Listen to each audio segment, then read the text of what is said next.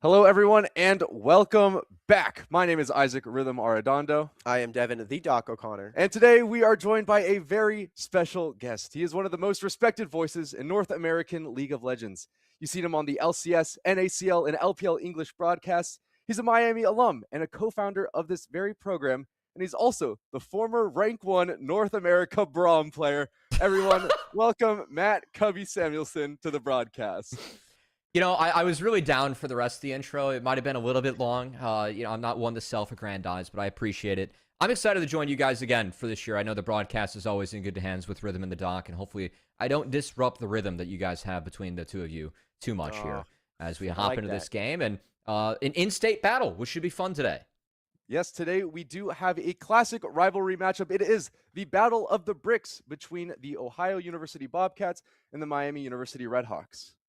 Yeah, should be fun. I mean, I bet that this will be an interesting one, just given the histories between these two schools, and also maybe OU wanting to get back at us for the basketball performances that we've been putting on as of late. Oh my gosh, yes. We've been looking pretty flawless, and I can't say flawless. We are undefeated in the MAC conference. 30-0, baby. 30-0 basketball team. Yeah, it's great to be a Red Hawk.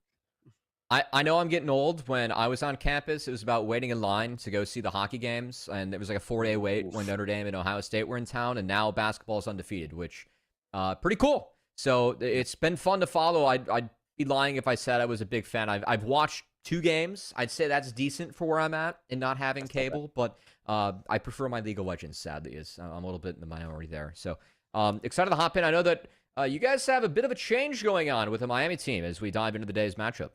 Yes, that is correct. We have a little bit of a roster switch up. Christian Solazak Tarzia, our normal AD carry player, will be swapping into the jungle for tonight as Sage Pank Tipton makes their AD carry debut for the Redhawks.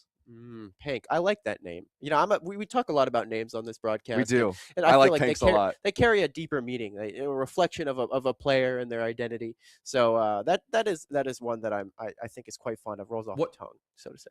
What kind of meaning are we hoping for Hank? Any before we see the gameplay, is there anything that really pops out at you as you look I know that Pank is really really enjoys the Vladimir. I know that when they play mid lane, they play Vladimir. Okay. I've faced it. It's pretty scary. So we could see maybe a Vlad AD carry. But I know that they were talking about late game hyper carries, Jinx, Ashe, things like that. We don't want to leak the script, though. We don't want to leak too much, Yeah. but I believe that is what the team is looking for tonight.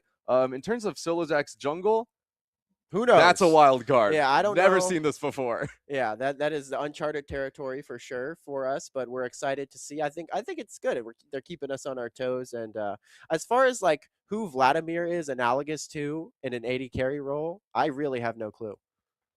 Like You that could have be to go anyone. back to season 8 for that one. There was some Mhm. Vladimir being played back in season 8, but yeah, as I was waiting to hop in here, I needed to get dragged into the Discord lobby because I'm not cool enough as an alum to have production perms, as it should be. But the team hopped into the lobby real quick. It's my understanding that the jungler, it is their secondary role. So, of course, the AD carry role swap the jungle. That brings in the sub to make the AD carry debut for the day. And hopefully it's a good day for Miami going up against Ohio again. Yeah, just a quick look at the rosters as we normally go through. Miami and the other 3 areas are bringing the same players. We have Kins, Egoist, Nakazawa in the top lane. We already mentioned that Christian Solozak Tarzia will be our jungler. Jack, WGFY Lee will be the mid lane as usual. Sage, Pank, Tipton will be in the bot lane. And Jen Beans, Lou will be our support. Yeah, I mean, and talk about some strong names. We got Beans. That's always repping. You know, we gotta make sure. Like, what kind of weight does that name carry? That is a name that strikes fear into the opposing. The name bot that lane. strikes the most fear into me is Drywall Boxer. I do not want to be anywhere around that guy if he's anything like his name. Yeah, no, that guy. You know, he channels that anger into his gameplay. He does, and it really it does show. So, great jungle player. Great jungle player. But yeah, in regards to the enemy team, yes, Ohio University, the Bobcats will be bringing Onati in the top lane, Jonah in the jungle, Soul Horizon in the mid lane, with Silly Puppy Girl as the AD carry and Bizion Jr. as the support. Very serious bot lane. Yeah. Silly Puppy Girl, again, another name that strikes fear into the enemies. Exactly.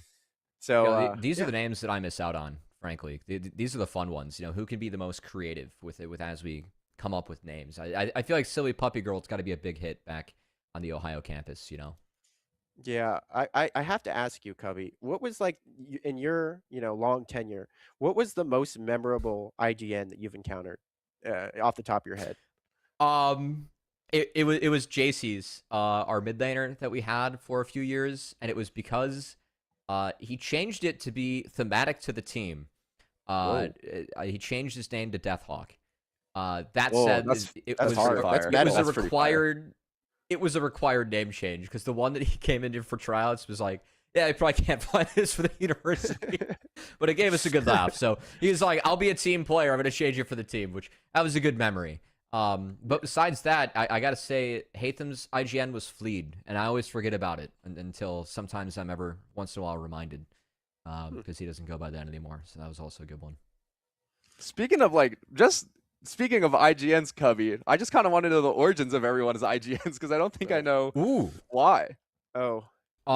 So mine, I got a nickname from my buddies back home, and it was derived from my Xbox Live gamer tag, which I hope that you guys at least got to experience a little bit of Xbox Live. So that was kind of core growing up gaming.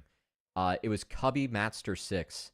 Because, my 6th grade self was like, ooh, Master, but my name is Matt, so Matster, and they just called me Cubby. And it kind of stuck, so I ended up running with it, and it served me well. I've had the nickname now for more than half my life, thanks to my buddies back home, so yeah. What about you guys? I have a good key in as to why Devin went for his IGN, so I'm going to start with you, Isaac, as to why you picked yours. Yeah, so I did band all throughout middle and high school. I did percussion for a while, so it used to be Rhythmic Thunder.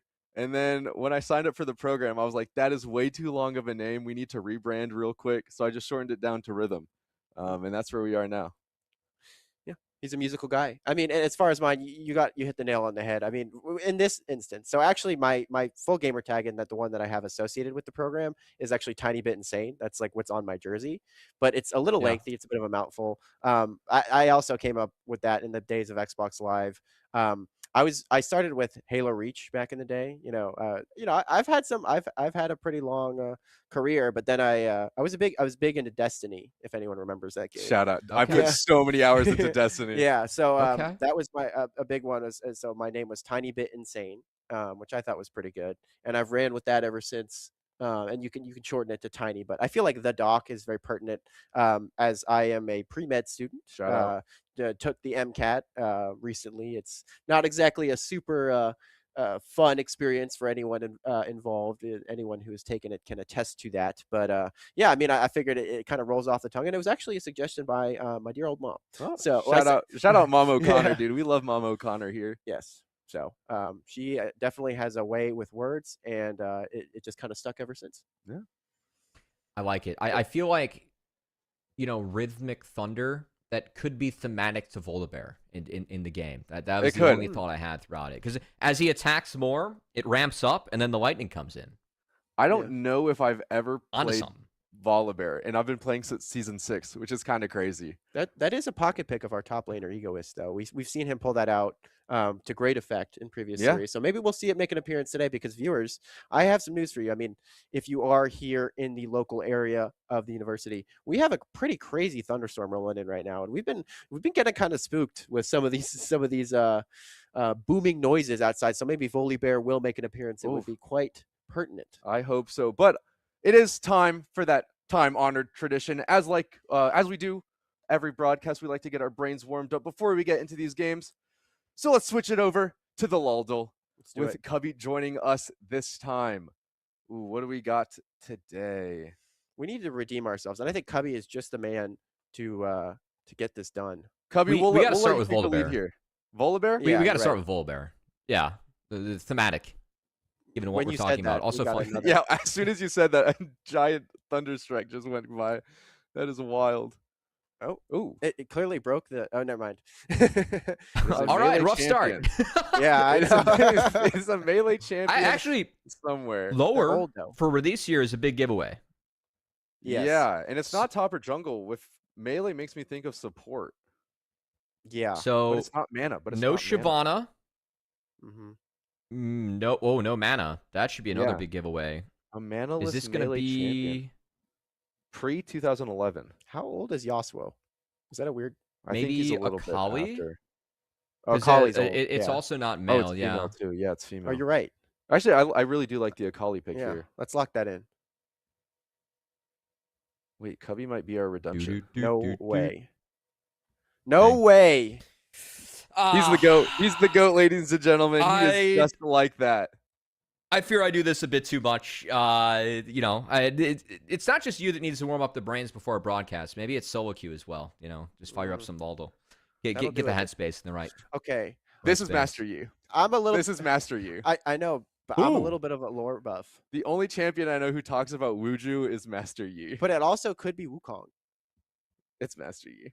It's probably Master Yi, because but Wukong is his apprentice. What do you think, Cubby? We'll just do both. Well, I think Yi first. Let's start with because Wuju Yi, yeah. Highlander. Yeah. I think it probably is Yi, but that is something I'd like to notice or to highlight for the audience. Let's go Trained rhythm. Wukong in Wuju style. Oh my! Oh, is that that's Garen? that's Garen W. Garen That's W. Garen W. Really? I know that. Yeah, it's his. It's his courage. 20% damage reduction. Yeah. His busted passive. Yes. Let's lock it in. Guaranteed I- to be Garen. I kind of like playing Garen because I'm not actually that good at the game, and I get away with it as Garen. I did not recognize that as his W whatsoever. Whoa! Oh, I there saw. you go. I was. the colors help. The colors I help. was scouring your YouTube. I was trying to find a clip of you solo killing Pobelter, and I found your old college I have it. highlights. You have it? Oh, really? I mean, do have me versus POV. I do. I had to save that one. That one's too good. I was scouring like the internet, finding things that I could mention about you for the introduction, and I saw an old Reddit thread from years ago where you mentioned that you killed the notorious Pobe. And The so notorious That's funny. dude, I was searching for it and I could not find it. Anyway, That's emoji funny. champion. It's a nose. Who's? What champion has a nose? I know A Warwick lot of like them. sniffs. Oh wait, blood. that's a really good pull actually. I like didn't even that. think I about like that. that guess. Let's try that. I like that guess. That's like his whole thing is he's like sniffing around the map. That's like his whole identity is zipping. Production. Mhm. Let's walk Warwick. Yes, Warwick. please. Arcane's on. Remember? Nice. Good, Wow, we good are on pool. fire. I know. Good pool, Wow. we're each one of us says, "Oh, Mordecai's." No, That's no, Wait, not it's Graves. Crime City Graves. Yeah, wait. Yeah, Crime I don't City know why I Graves. thought- Yeah, that's right. They changed it. You know? I saw the dragon. You know the dragon Mordekaiser skin. It kind of has the Yeah. same color. Oh, palette. I can see Yeah. that. The Yeah. colors are fitting. Yeah. Wait, Cubby might be what we needed It's to Crime get back City. into the rhythm, back into our groove. The rhythm. If this isn't a good cast, guys, I'm worried because the preamble to the cast, it's been pretty good. Wow. I have Okay. not had a lull like that in a hot minute, but getting a little we were got a little off topic earlier, but Devin, I got to ask you tonight, uh, with these changes that we have on the Miami side, with Christian going into that role of the jungle, with Pank stepping up and taking the reins in AD carry, what kinds of things in the draft are you looking for? Are we seeing more maybe priority for Kins, maybe priority for Christian, so he's on something he's comfortable with? Yeah, I think playing for topside is never a bad strategy in these scenarios. I think that Egoist has shown himself to be a very, very consistent, solid player on any kind of picks, whether it be a weak side or a more aggressive carry style like the Ambessa. So I would be keen to see where where Solo Zach, as the former ADC, decides to focus his attention in lane, whether because he's more bot lane centric in his mindset, he might choose to gank there. But if your intel is to be believed, there's a hyper carry in the works, then maybe that he chooses to leave it alone a little bit. So we'll see how Miami decides to use their new roster to kind of maybe shake things up. And but I mean, thinking back to Solo Zach's champion pool, a lot of the champions that you named that are maybe a potential option for tonight aren't necessarily too different from something that Solo Zach might pilot. So Yeah, I know that as an AD carry player myself, whenever I'm thrown into the jungle, I default to Kindred. And I know Kindred's not the easiest champion to pilot, but just with a ranged marksman style, that's what kind of fits me personally. But Cubby, what are your thoughts about this? I know maybe you don't have as much knowledge of the champion pools of these players, but just generally speaking, what are some power picks in the jungle right now? You know, I think baseline, one of the hardest things that I found competing at Collegiate is that the patch is unforgiving at times. And that isn't just what happens on the patch, but also when the patch can take place. So there was a patch that hit the servers last night, and it's not the biggest patch in the world, but it changed enough where they nerfed some of the mid laners that have really been popular in professional play, looking at the Talia, the Azir, the Orianna. They actually buffed up some junglers that really haven't made their way into the game as much yet. Like Lilia got some pretty nice buffs heading in. And if I had to blanket statement that, I'd kind of start with the patch being like, one of the first things as a team is there something else we want to incorporate, or also something got nerfed that we play? Can we still make it work? Because you don't want to drop the work that you put in as a team to figure out how to make a pick work as a team just because it got nerfed. You want to at least test out if it can work or what's different about it first. So I think when it comes to the patch, I'd start there. And then outside of that, you have a new jungler that's playing a secondary role. I think doing everything you can to make sure that person's comfortable or giving them an easier game, whether that is blinding what they're most comfortable with or making sure they have counter pick. That's probably where I'd start. Just if you have someone that's uncomfortable, especially in the role, it's going to impact the map, fogging a lot in jungle, that can make the game harder for everyone. So I'd probably start making sure we're nice and comfortable with the role swaps coming in. yeah, I know when I had to swap for to jungle for a season. This was actually when I played competitively in high school, and I had no prior experience. I was a top lane Garen, Mordekaiser, like Mundo, kind of just like a bruiser kind of guy. I played a lot of Urgot, and I'm not the most present sometimes when I'm like, especially when we get towards the late game. So I defaulted towards picks like Trundle and Amumu. And I think Sejuani, I was put on Sejuani duty a lot. So, I mean, not to say that we will see those, but there is plenty of champions that are more forgiving when it comes to jungle as a secondary role. And I imagine that Solo Zach is not, like, when you say something is your secondary role, I imagine that he is fully willing and informed as to how to path. So, at the end of the day, as long as there's some experience is better than none. So, Yeah, I think personally. Oh, sorry, Cubby. And pathing as well is a team decision too. So sometimes I can actually kind of help not being in solo queue for that. I think that the hard parts become when the other team decides to disrupt your pathing or how to respond to what they're doing. Because that is when not being a jungler in the main role, that's an exercise that I think is really difficult sometimes to see from playing lanes to going into the jungles. So maybe a test to look out for as we dive into the games today. Yeah, and just as like an overall blanket statement to this draft, I think with, AD carry making their debut, jungle on a secondary role, and we know that, the mid laner plays a lot of these more supportive picks, things like the Orianna. I think maybe personally I want to see Kins get I want to see Kins on a counter pick today. Play through the top lane, I think, is the key to victory. But we do see Ohio banning out the Ashe and the Gwen as the Redhawks ban out Zehen. Oh, we have our draft is floating, and the Zach is going to be taken off the board as well as the Ambessa. Smart ban there on the side of OU, just making sure that isn't available for Egos. He's been so proficient at with the public execution in these team fights, selectively targeting the carry of the enemy team. He is really good, and that's such a important ability in a team fight to be able to isolate a priority target. So definitely a smart decision to take that one off the board. Yeah, OU Ooh, grabbing the Jinx first pick and Pank getting the Sivir in return. Jinx to open, no Jarvan to kind of punish or have the Cataclysm, but Miami showing dive early between the Sivir and the Nocturne, and a lot of defense coming out from Ohio. Tarek Shen. That's going to be a fun one already, guys. Yeah, that doesn't sound too fun to Nocturne ult into. No, it does personally. not. It's definitely like playing off the back foot. OU definitely going to. I mean, he has the spell shield for the immediate taunt, but there's just so much for OU to kind of protect the president in a sense. We do see the Rise locked in, maybe giving some even more kind of cross map rotational utility for Miami, but definitely very much like a fortress comp that is being drafted up here by OU. Akali being the ban from Miami, as well as Lulu from Ohio. Yeah, we have jungle mid showing for Miami, whereas I expect it to be top support. I will say that jungle Shen has been quite popular of late, so we will see if Jonah 5432 is maybe able and willing to pull that one out in the jungle, because that could be a flex pick between top and jungle. Speaking of picks that, well, I guess that's not necessarily flex. Oh, we got everything. Oh my gosh. Okay.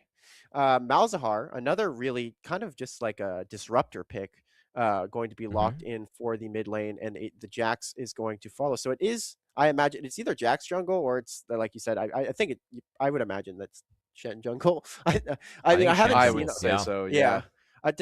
So how does that play style work? I'm not as familiar or caught up with the pick. Is it similar to like River Shen, or is it different? Yeah, it's kind of a stronger version of River Shen, because the new item, the harness, in the jungle, it gives you a lot of stats that you want to Shen in terms of base health, ability haste, and then some extra power durability when you get low. It's the one that gives you that shield that spawns off resistances. So this emerged from an EU Shen player, actually built an app, did math on mathematically correct builds, found this Shen build, and now Shen is the highest win rate jungler Emerald Plus. So kind of fun to see Ohio be able and willing to put that in the jungle. That being said, it is Shen top, and it's going to be Jax jungle. I will say I like Jax in a Mordekaiser. I don't like Shen in the Mordekaiser. I think Mordekaiser is going to have a much happier time, happier game laning into the Shen than it would have been the Jax. And frankly, I'm curious, because I feel like Miami, they really showed a dive comp early on. But man, getting through Tarek, Malzahar, you guys are right. That is going to be difficult for Miami if they don't have a lead early on in this game. Yeah, we do see Beans on that Leona too, one of, her prize picks, and something that we haven't really gotten to see a lot this season. I think Leona has banned pretty much every single game that the Redhawks has played. Yeah. So Beans, I'd like to see what she does on Leona here, but also that Nocturne for solo Zach. 80 carry to jungle myself. Nocturne is one of those picks that I also go for. But I'm surprised not to see the Orianna be paired with it, because, that's something that we see WGFY play a lot. Yeah. We've been playing these Ori comps a lot. Yeah, I think it's such an effective combo, and it maybe could serve as even further of that shockwave can catch people off guard, especially when they draft this comp that is so designed to kind of mess up the Nocturne's day as soon as he tries to tunnel vision on a certain pick.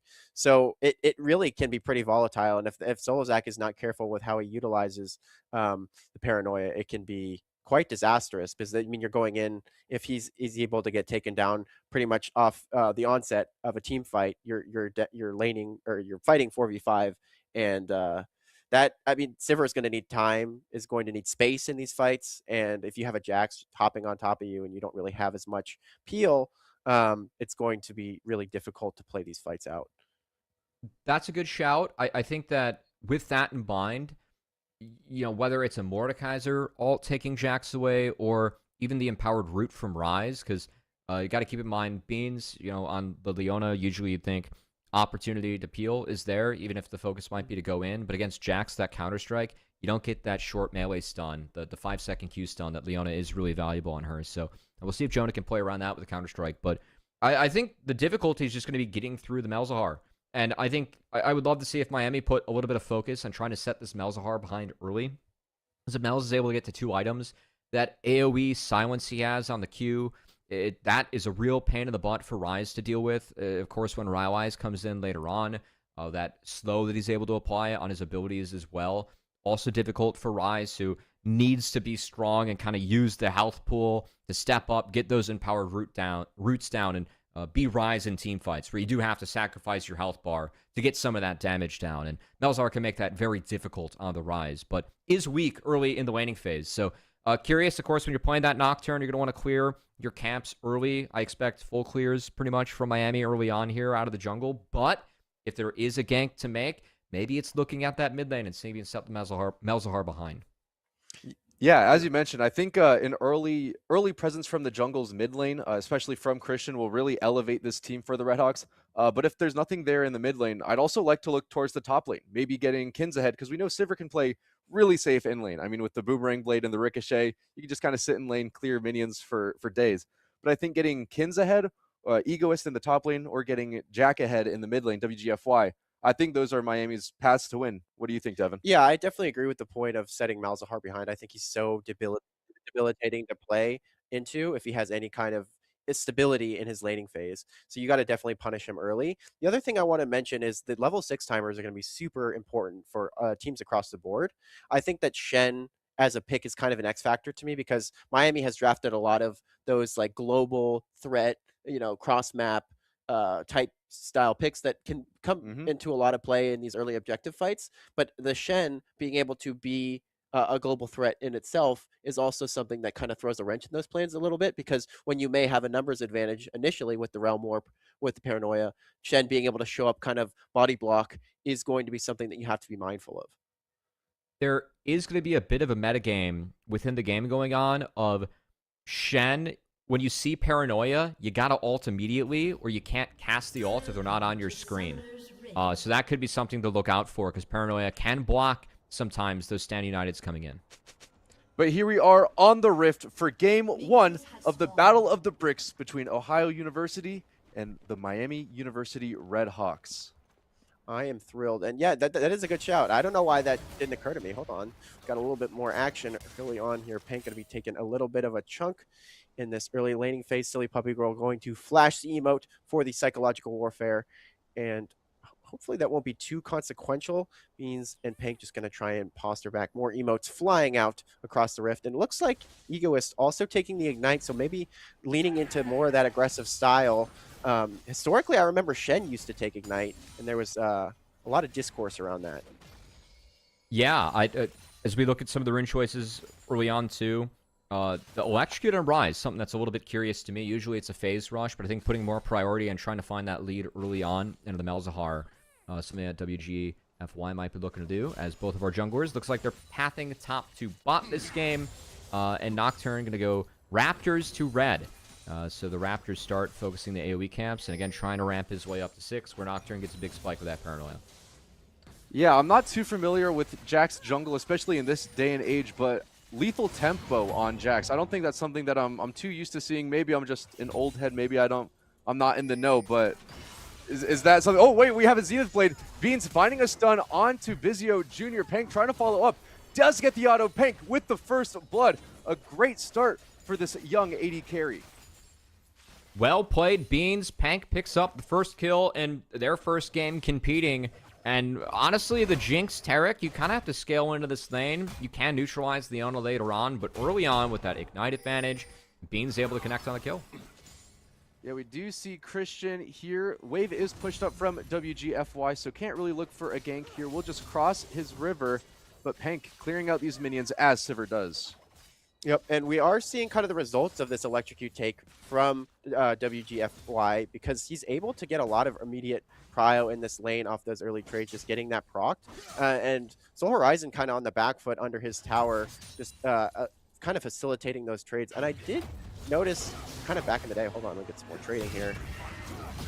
Yeah, we do see Ontati getting a nice little taunt onto Egoist, but Egoist able to pop that passive from Mordekaiser. They're going to deal a lot of magic damage from an AoE, and Ontati loses out on that trade pretty big time. Yeah, this matchup is, like Cubby mentioned, it's just so debilitating. This is actually one of my favorite picks when I am into a Shen. Yeah. Oh, and hold Oh on, my we gosh. just get a kill. Mid lane, the electrocute really paying dividends so far. We do see that Jonah is trying to find Solozak, but a nice spell shield from the Nocturne will get Christian right out of there, as Pank does kind of hide into this tri-brush, but I don't think Pank wants to take this fight 1v3. Yep, and Egoist definitely going to be happy with the matchup. But yeah, that solo kill, hold on, more dashing out. Yeah, Egoist definitely going to have a lot of early priority now in this lane. Solozak with a nice Fear and Spell Shield on the Dazzle from the Taric. Solozak is just able to auto Vizio Jr. down here, and the Taric is caught out. And Nice. Solozak gets a nice little kill here in the start. 3 kills for the Redhawks so far, as we do see Jonah and Omni trying to get something onto Egoist. Egoist flashing the stun from Jonah, just mistimes it just a little bit. Does he get to kill onto Onati? But he doesn't. Onati picks up the kill for the Bobcats. Yeah, Flash was nice to get out of that Counter-Strike combo, but the Flash follow from Jonah makes sure that kill connects for Ohio. That said, damage already done for Miami, and those 2 new members, you know, Pank, they picked up the first kill of the game in the pockets of a Sivir that's scaling with the Cole. That's quite nice, but also Solozak on that Nocturne. Really liked how he positioned on that bot fight against the Taric. Where he stood, he's kind of body blocking Taric for getting out. Not sure if that was completely, like, 100% necessary, but it was an Iceman Max to make sure that he connected on the kill was Jonah. Flashless now trying to get out. Yeah, Egoist catching out Jonah on the back. Solozak is here to help as well. Jonah doesn't have that flash, but neither does Egoist, so he'll just leap strike away. Another claw. WGFY here as well. Egoist, WGFY flashing forward aggressively, picks up the kill onto Jonah, and now Onati is here by himself. 3 members of the Redhawks are strong, but they can't dive under turret for that Shen. Meanwhile, in the picture-in-picture, Vizio Jr. and Silly Puppy Girl are getting real aggressive here against Beans and Pank. Pank doesn't have all that attack speed build up just yet, but a nice stun from Beans will get Vizio Jr. down. Beans with a nice stun onto Silly Puppy Girl Jr. She will cleanse it, but Pank is just pumping into damage. Here comes the Shen, though, at level 6. Shen coming in from the top lane. Ooh, I think was canceled. The ult was canceled by Mordekaiser. Probably the Delta Realm. Doesn't look like it. Egoist doesn't have 6 yet, but Pank does have the health bar advantage. All Pank needs is 1 auto, maybe 2, and it's another kill for Pank. That is 3-0 in their debut for the Redhawks. Yeah, the clutch cancel there, and it may cost his life, and it does. Shen picking up a kill in return, but huge there in the bot lane for the Redhawks, getting the Sivir ahead early. 3 kills now with the Cull build as well, so definitely going to be benefiting and cashing out from that one later, but the cancel was huge. And one thing that I did notice is the Sivir was very smart, kind of waiting off the Jinx get excited after finding that kill finally onto the Leona, and just biding his time in order to finally pick up that kill in the brush there. Yeah, well played by Pank. They start the game at 3-0. Excited to see, honestly, like early game, because we've had so much action, we do have leads in different roles. You can see the rise in the Sivir for Miami ahead. Meanwhile, a lot of weight has to be put on the Shen on the top side. Usually think of Shen as a more supported pick, but Onoti off to a good start as Nocturne doesn't have 6 yet. The way that Solozak's positioning, maybe trying to leech it off the wave. There's a lot of wards here to spot him out, though. Yeah. Oh my gosh, they have a ward in every single one of those bushes in the bot lane. But yeah, I think you made a really good point early that Miami definitely wants to accelerate, or like put this this Malzahar on the back foot in terms of gold and early presence in these fights. And another thing, I think just for Miami, from an optics standpoint, the gold is exactly where you want it on a lot of their picks. Yeah, Nocturne hitting that level 6 now, so Paranoia is online. I think, like you mentioned, Cubby, Solozak was just kind of leeching some minions off of the bot wave, but we do see Jonah caught out here by WGFY. Nice little proc of the electrocute. WGFY does have a lot of damage coming, but here comes Solozak with that Paranoia. A flash to pick up the kill onto Jonah. Is that going to be a double kill? It is for the Nocturne for the Red Hawks. Yeah, so I thought that with Solozak sitting bot, we might see bot push with the Sivir lead to lead to an early Dragon, but using that access to the semi-global early on, Paranoia cast when Stand United was not available, got Miami the numbers advantage as Death Realm comes in top. Yeah, Ego's trading with Onati here in the top lane, does use that Death Realm, does get the kill, so Onati is sent back to the Fountain as Egos is able to push in this top wave and get a nice little turret plating. Yeah, and this Mordekaiser, once it gets level 6 online into the Shen, it just feels like an inevitability. I mean, you saw that he was able to dodge 2 of the autos to get the passive, to prevent the passive from being stacked up initially, but if you hit that isolated Q, it just does devastating amounts of damage, and the Shen just it gets so hard to be aggressive, and he built, he's building in order to, it looks like he has that, he's trying to build to be more of an aggressive spot in this lane, but it's just going to be so hard as long as Egoist has his ultimate up to kind of posture. Yeah, the tough part for Shen is that he really wants to build that Titanic Hydra. It gives him a lot of stats that he wants, also helps really empower his wave clear, but all that health, that's something that the Mordekaiser passive can really eat through, and Egoist has started that Rywise Crystal Scepter, so if you're fighting the Mordekaiser now, you're going to be slowed, and that passive can eat through the percentage health, but focus on Grubs. Jonah's trying to get out. Jonah caught out again by WGFY. WGFY on this Rise is just everywhere, finding Jonah at all the opportune moments. But I kind of wanted to mention these gold leads as we see we're 9 minutes into the game, and you have your gold leads everywhere that you want them for the Red Hawks. You have 2K up for that Rise in the mid lane. He'll be stomping all over the map, and Pank is about 1K gold up as well. Yeah, and I mean, we were talking about how it wasn't the Orianna paired with the Nocturne, but the start for the Rise has been massive. 2K gold lead already has the Seraphs in inventory. That's going to be a very early completion, too, skipping over the Rod, going for a fast spike. Yeah, and I've been kind of baffled with this electrocuted. The amount of damage that he's able to do, like, maybe this is wrong, but I don't normally associate Rise with, like, huge amounts of burst damage. Great pull from Ego is using it oh my gosh, Ego's flashing forward. I was a bit out of a loss of words there, but Ego's getting the solo kill onto Onati. It was a great use of the pull, going backwards to pull Shen out from under tower range, and Ego's picking up another one in the top lane as Beans finds a nice little stun onto Bizian Jr., but Pank's just going to clear that wave. Yeah, and that totally made me lose my train of thought, to be honest. But yeah, I think this Rise has made his early game presence so known, especially towards the side of the jungle. He's just been a disruptor for Jax, trying to do anything, but even when he tries to get the leap strike off, he just has so much damage. The burst is just that has been able to be delivered is just kind of mind-boggling. I feel like I don't see that at a Rises very often. Yeah, I'm a little curious too, because it feels like Pank and Beans have had priority over this lane for pretty much the entirety of the game. They have the power to push it in. Beans finding a nice even strike on it to Silly Puppy Girl. Silly Puppy Girl forced to flash out of it, but Pank is laying down the autos onto Bizion Jr. Avoids the zap, but here we do see Solozak in that tri-brush. Maybe use Paranoia. Ego is picking up a kill in the top lane, but as I was saying, I'm kind of curious as to why they haven't gotten that dragon yet. Have delayed it. I thought that Miami were almost going to dive OU's bot lane here for a sec. Oh, mid! The 1v2!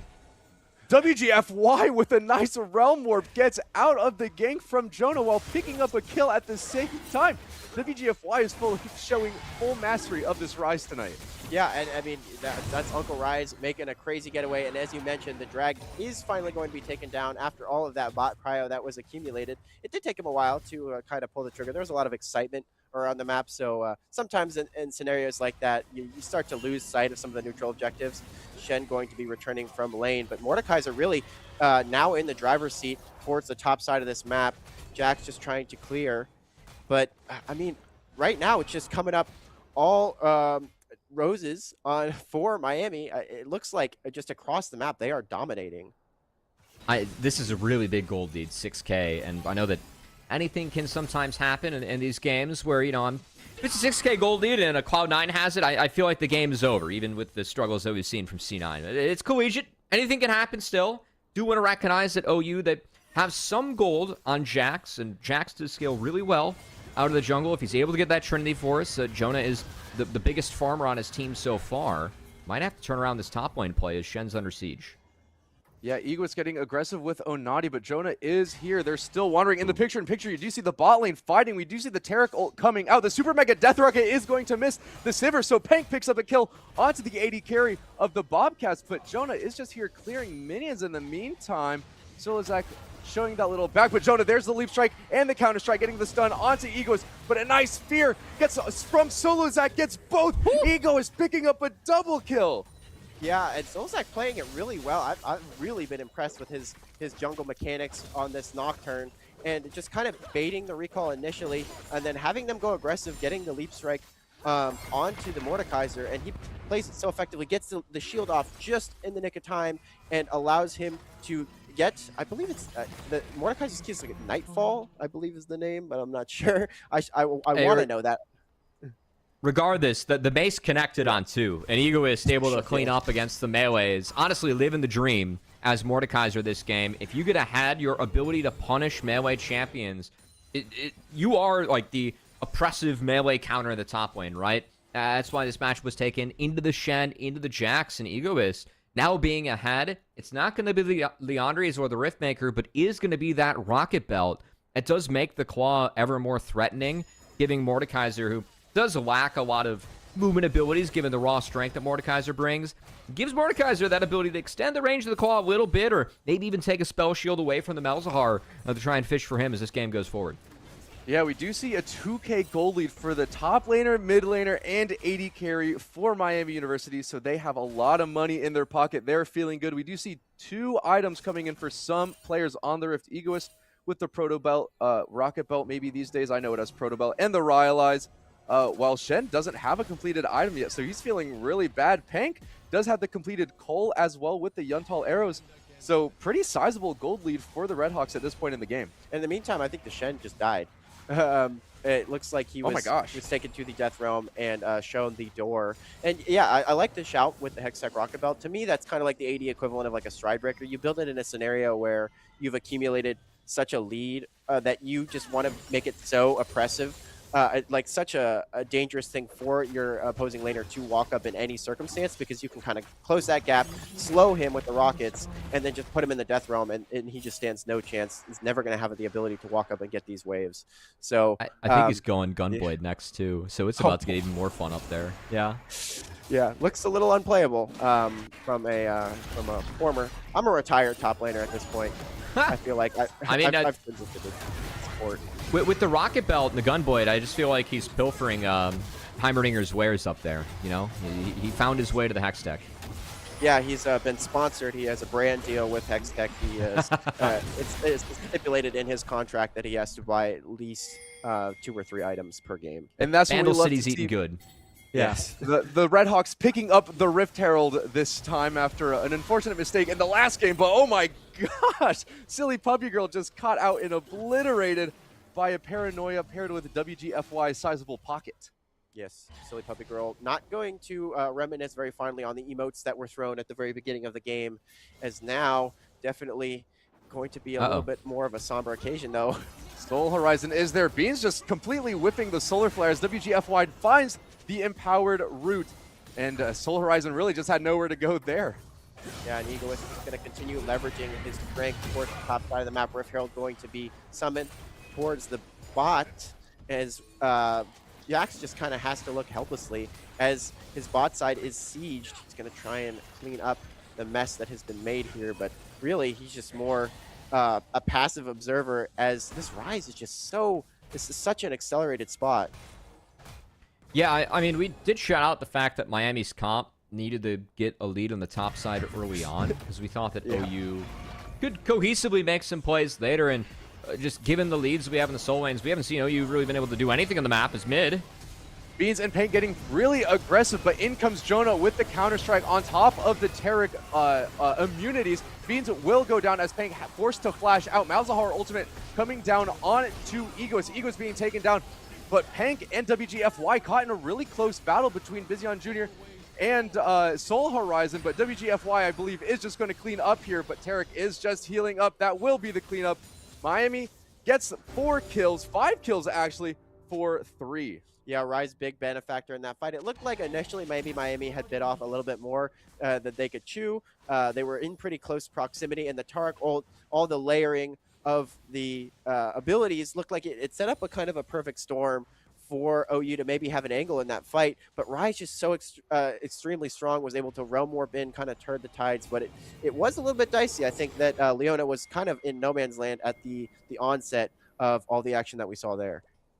Yeah, I think OU deserves some credit for that find because it was while Nocturne's on Dragon. You probably aren't fighting Dragon at this gold deficit.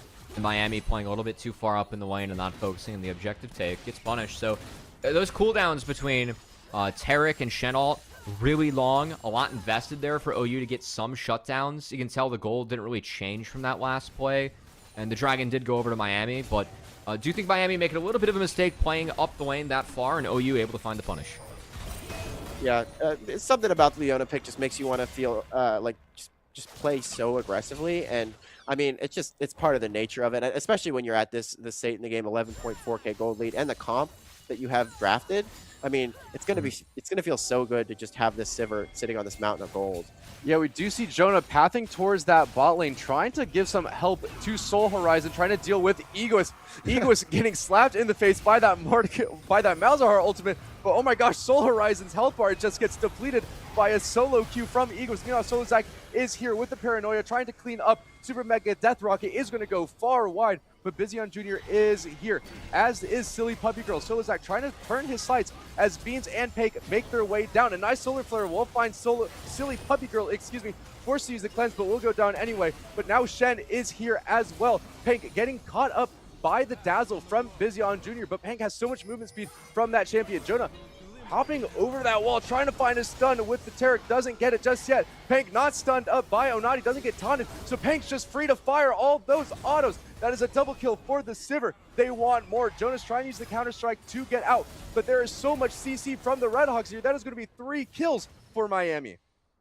And that's the lead that Pank was able to acquire on the Sivir, paying all the dividends that you could possibly imagine there, as Pank cleaned up the fight once they entered.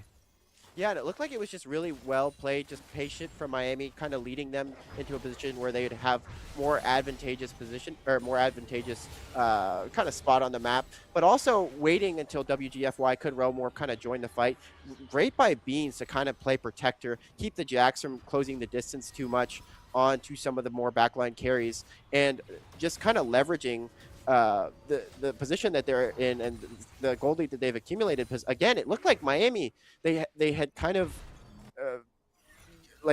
flew too close to the sun, and they were able to turn it around regardless. I mean, with this gold lead, it's gonna make it hard for you to do any wrong. Yeah, I do want to credit. I think it's a good shout towards Bean. She played that fight nicely. Just again talked about the job appealing for the Sivir, and that big sack of gold turned it from 4.5k to almost a 6k gold lead in Pank's hands, and making your debut at AD, I don't think it could go much better than this. Yeah, 9-1 in 4, 3 items built 20 minutes into this game. If I'm Pank right now on that Sivir, I am feeling real good right now. A lot of gold in the pocket, but it does look like the Redhawks might be setting up for a Baron, but they're going to try to engage onto Bizion Jr. and onto the Jacks. They do find the stun from the Leona ultimate, but it is a 3v3 as well. Silly Puppy Girl doesn't want to walk up because Solozak is just tearing through this team, uses the Paranoia to jump forward, finds a double kill. He wants a third, but will just get out after Silly Puppy Girl flashes over the wall. Yep, and that is going to be Miami potentially looking to put the nail in the coffin. They are moving forward, trying to demolish some of these structures. Do have 2 grubs, so they're able to kind of facilitate that process. Yeah, that and a really, really big gold lead too, as Rise going to work on his own turret. Might need to help the team as we're going to the end. Yeah, Soul Horizon getting caught up, does get a kill onto Egos with that ultimate ability. It is a point and click RCC, so much damage. What can you do against Malzahar? But silly Puppy Girl trying to turn things around, misses the zap onto Beans, doesn't get slowed. So the members of the Redhawks are able just to walk out after taking a turret. It's so funny to me how Malzahar, I mean, regardless of the game state, a 17K gold lead accumulated at this point. Oh, but hold on, maybe Miami trying to catch them on their way out. Yeah, Beans and Pang on the top side of your map. Anadi, Jonah, and Bizyon Jr. trying to find a kill onto the Sivir. They're going really aggressive, but WGFY uses the Realm Warp in as Pang picks up a kill onto such a weak Onadi. That is a double kill for the Sivir. That is a triple kill for the Sivir, as Sulazak also picks one up on the back end. That is 4 kills for the Redhawks. Well played, Pank. Really liked how they waited to make their mark in the fight, and also felt like Pank chose the right targets to hit. As the switching of focus onto the Jax, who was the member that had the most gold for OU, was the right call once the Counter-Strike went down to Miami. Feels like they ran this game from start to finish. Yeah, whenever I thought that they would put themselves in kind of a precarious spot, it looks like they would just turn things around. I mean, it's so hard to kind of mess up such a lead that they've accumulated on their champions, but it looks like now they're ready to end this one. Yeah, the Redhawks trying to pad those stats just a little bit, but they won't find another kill. 8 and 37 in terms of kills. The Redhawks up 1-0 in the series against the Bobcats.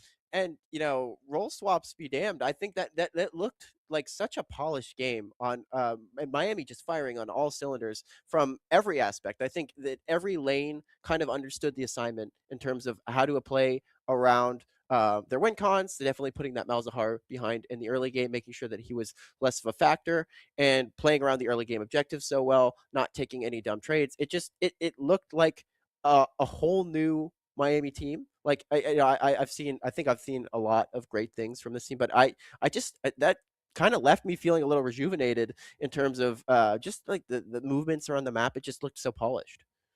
Yeah, and I think WGFY on that rise played the early game really well. Caught out Jonah in a couple of key moments while looking for some objectives, and Beans on that Leona. What else can you really say? Yeah. You said she likes the pick. She played it really well, and for Miami, it feels like majority of lanes won that game. OU, I don't think, put up enough of a challenge. They have some really powerful ultimates that have long cooldowns.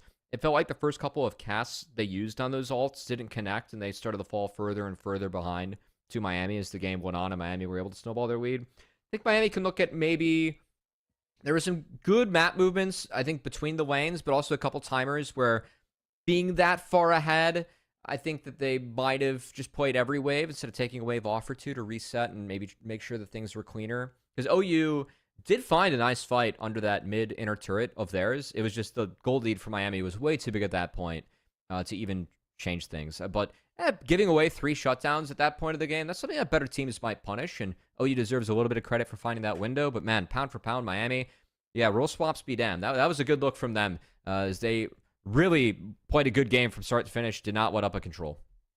Yeah, and I totally agree. I think in more of an even or even like close to even game state, they definitely could be punished for giving away some of those huge shutdowns. But I think at a certain point when you're when you're in the driver's seat in this type of game state, you've accumulated such a significant lead. You just kind of want to have fun. You kind of, I mean, obviously the goal at the end of the game is always to destroy the Nexus and then you should try and do that with as little loose ends or variables as possible. But I think they were trying to enjoy themselves a little bit, and I think the viewers definitely got a great experience, and that was a really great game if you are a Red Hawks fan watching at home. If you're a Red Hawk fan at home, man, that game was such a sight for sore eyes. We've been on kind of a tough stretch in the schedule the last couple of weeks. So seeing the Red Hawks win like that it's a really telling sign of what this team can really do. And I just want to shout out Pank. I mean, making your debut, going 14-0, 14-1 maybe on the Sivir, just a really masterful performance. But I want to ask a question to the both of you. What does OU need to do, draft-wise and in-game in this next one to maybe pull something out? And what can the Red Hawks keep doing to continue this momentum going forward? I would have preferred the draft for OU if the Shen was in the jungle and the Jax was top. I think that would have given them a few better matchups.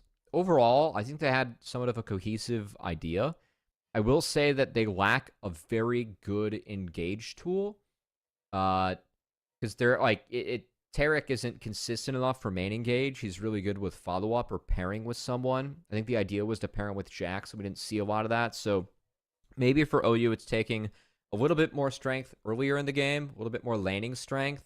And then from there, they might be able to, have a game state where if they find the fight, the likes of what they did under their own mid-inner turret, hopefully by that part of the game, they aren't too far behind where a good play from them, like they'll net more off that and actually get a win instead of just kind of going even with Miami, which was the case in that play.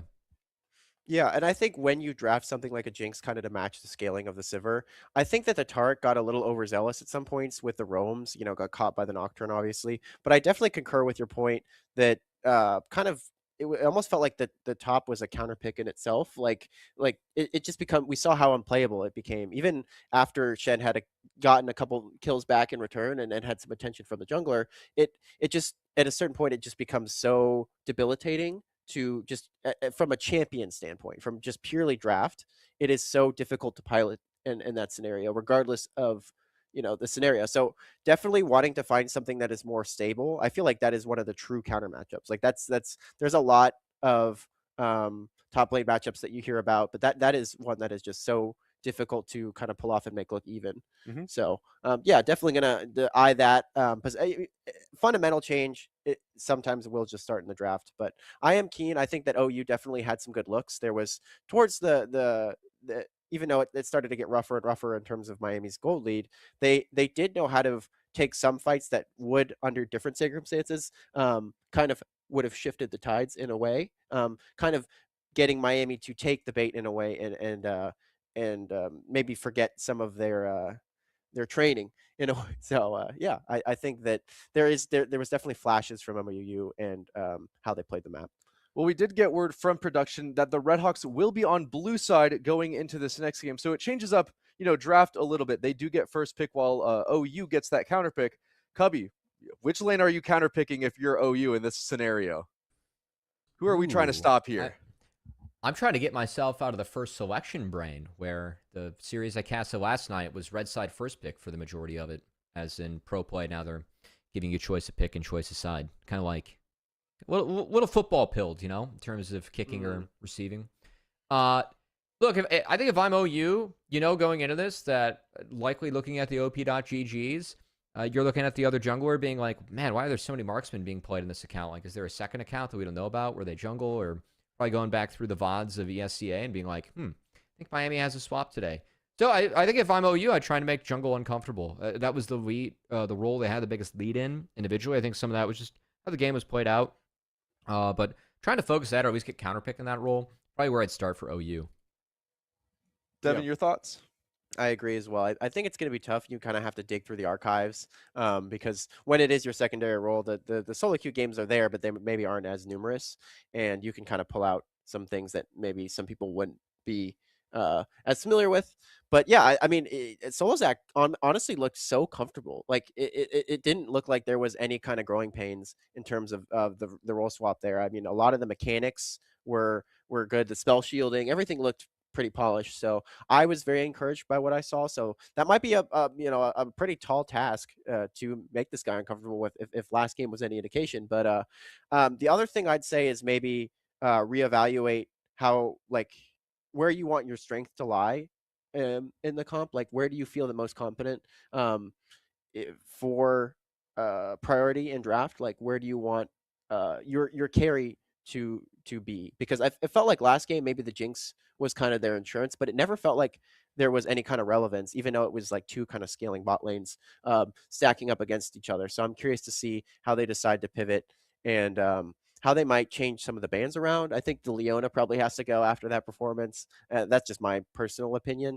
but we'll see how OU decides to kind of change and adapt things. Yeah, we'll give both teams just a couple minutes to think about draft going into this next game, review that last one. But we're going to go to a quick break as we wait for game 2 to start. Don't go anywhere. The Battle of the Bricks will be right back.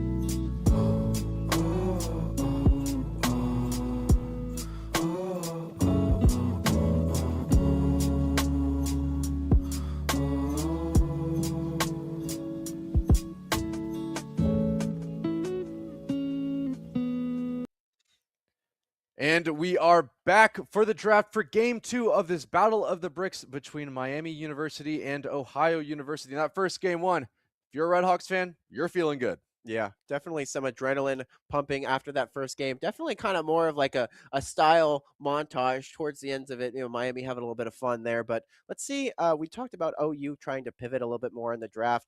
Gwen going to be a mainstay. With that has been a constant all season. Egoists just cannot be allowed that pick. That is something that I saw kind of running rampant as well in pro play. I don't know if they've actually made any significant changes. Cubby, I'd defer to you on that one. No, Gwen.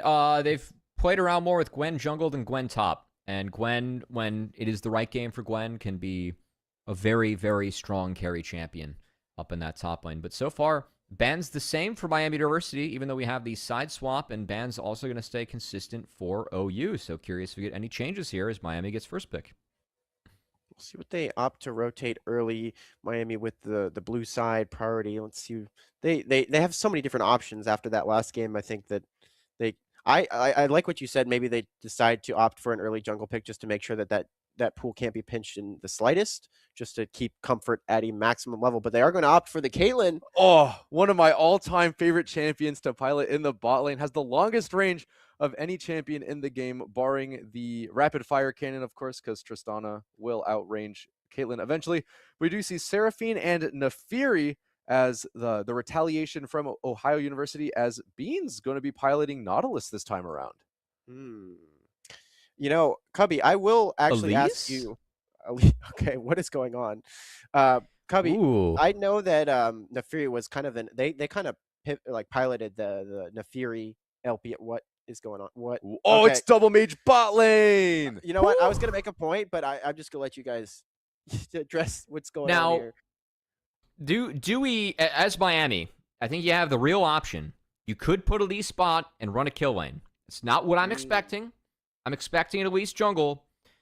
But the kill lane option is there if you want to try and flex the Nautilus around, who isn't the strongest jungler in the world, but also you picked Elise, which is definitely a early game skewed champion, again, here for Miami. Yeah, Elise is so tricky with those dives. You can do so many cool things with the repel. But it is kind of like a little dicey to set that up. And obviously, it is Pank's still new on the roster. So sometimes that coordination comes with time.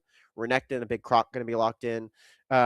I imagine, Cassante, we did see that is, more of a stereotypical pick. And then, wow. Wow, a That is just Kali a for lot. WGFY, and Darius probably going to the jungle here. Nefiri in the mid lane with the musician girls in the bot lane. Production was right. This game is going to be cinema. Yes. They did buff Darius jungle this patch. The bleed does more damage to monsters, which is interesting. And I'm still curious. I mean, there could be a world where it's Darius top and Renekton mid, just because Renekton has a decent matchup into Akali. But we'll see, because I think I'm most used to seeing Nefiri out of the jungle. I know that Darius jungle is playable and got buffs this patch. Curious to see where everything ends up here as we hit the Rift, because we might have some champions going to roles that we didn't exactly expect from the draft. We are pretty sure it is going to be that Seraphine Sona bot lane, though, that can be quite the pain in the face. Yeah, it's so annoying because it's so uninteractive. You just kind of have to watch it happen. And looks like it is going to be that Renekton mid, the Nefiri jungle. I was going to ask earlier, because Cubby, you cast a lot of LPL. That was kind of like where we saw the emergence of the Nefiri jungle, and that was at least from what I'm aware of. I may be wrong on that. No, 100% right. It's more of a scaling pick out of the jungle, but it started to get play into Vi Pantheon that were really meta. Because when you hit W after they reworked Nefiri, you go invulnerable, right? You go up in the air, you bring the dogs to you. And that's really good to play into Vi, who has cease and assist, can completely negate that ability. So this pick does need a little bit of time to get rolling. And I think that Miami are looking to replicate what they did last game, which was winning the game very early on and not letting up, as they almost had 40 kills in 25 minutes. And that game pace again for Miami, frankly, might be needed, because that Seraphine Sona can become rather unkillable later on if not dealt with. Yeah, I want to point out this Akali too. This is something that WGFY pulled out week 1, day 1 in the ESC. And WGFY has we've seen the skills that WGFY has in the mid lane, but when on this champion in particular, does have the tendency to get a little too aggressive and make a couple of mistakes of overextending or just staying in lane a little bit too long. So the Sakali pick makes me a little bit nervous. But we'll see what WGFY can do here. And I'm wondering which build Pank wants to go here. I mean, you have the front line with the Nautilus and the Cassante to do, that crit, Caitlyn. But when you're up against a Seraphine and a Sona, maybe going lethality and just popping them, who knows? We'll see what Pank decides to do here, though. Yeah. I agree. And I think WGFY, definitely more of a flashy play style, at least from what we've seen out of the Sakali so far. So got to be wary of that, especially into a Renekton. I think that Renekton can be so oppressive as a laner, so punishing.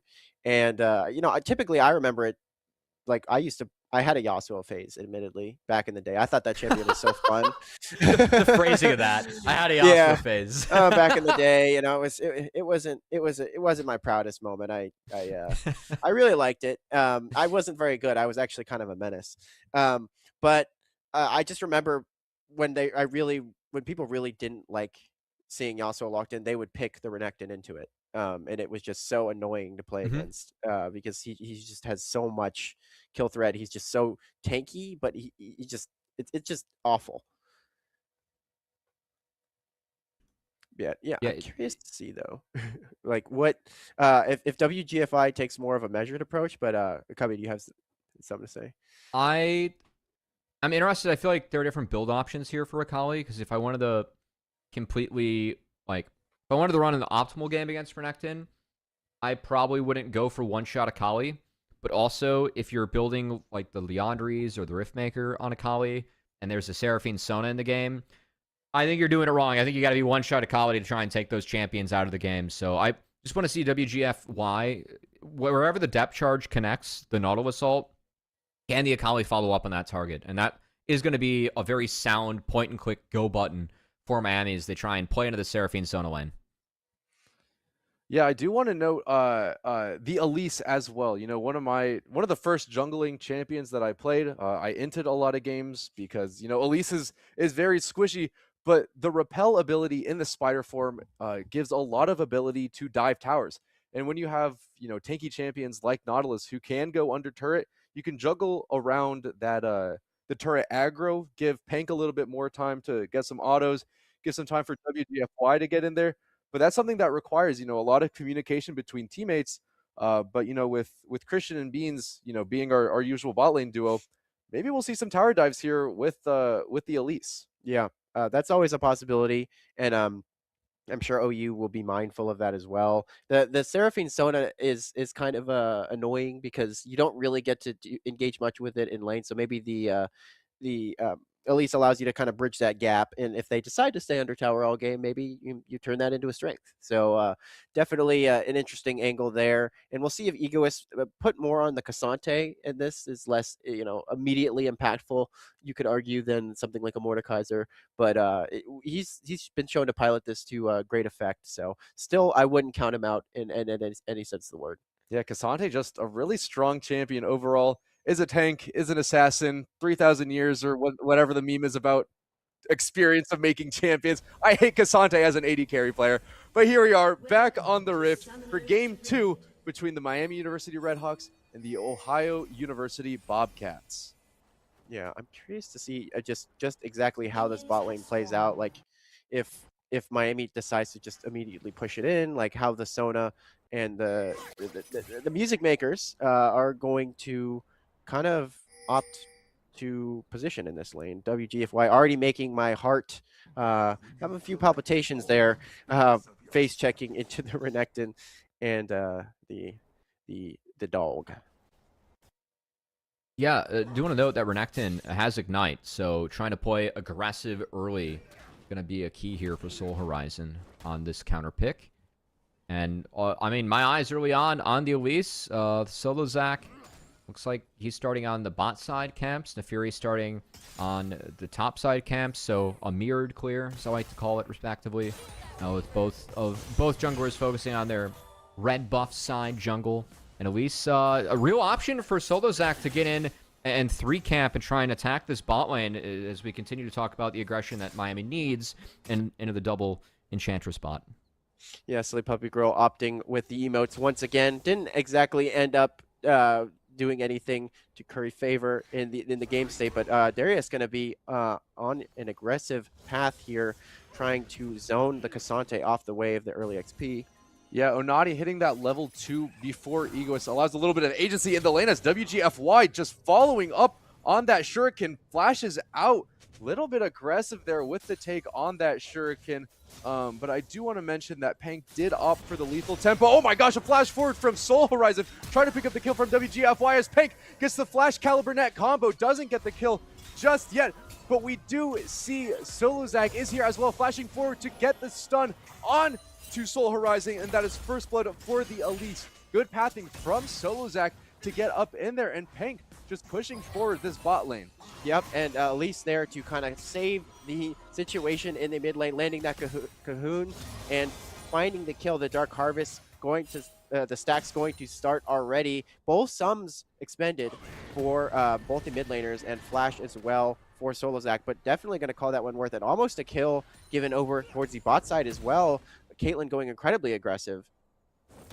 Yeah, Solozak maybe looking to get involved in the top side too. This is quite an interesting walk, as there is a ward in that brush, but Solozak entering.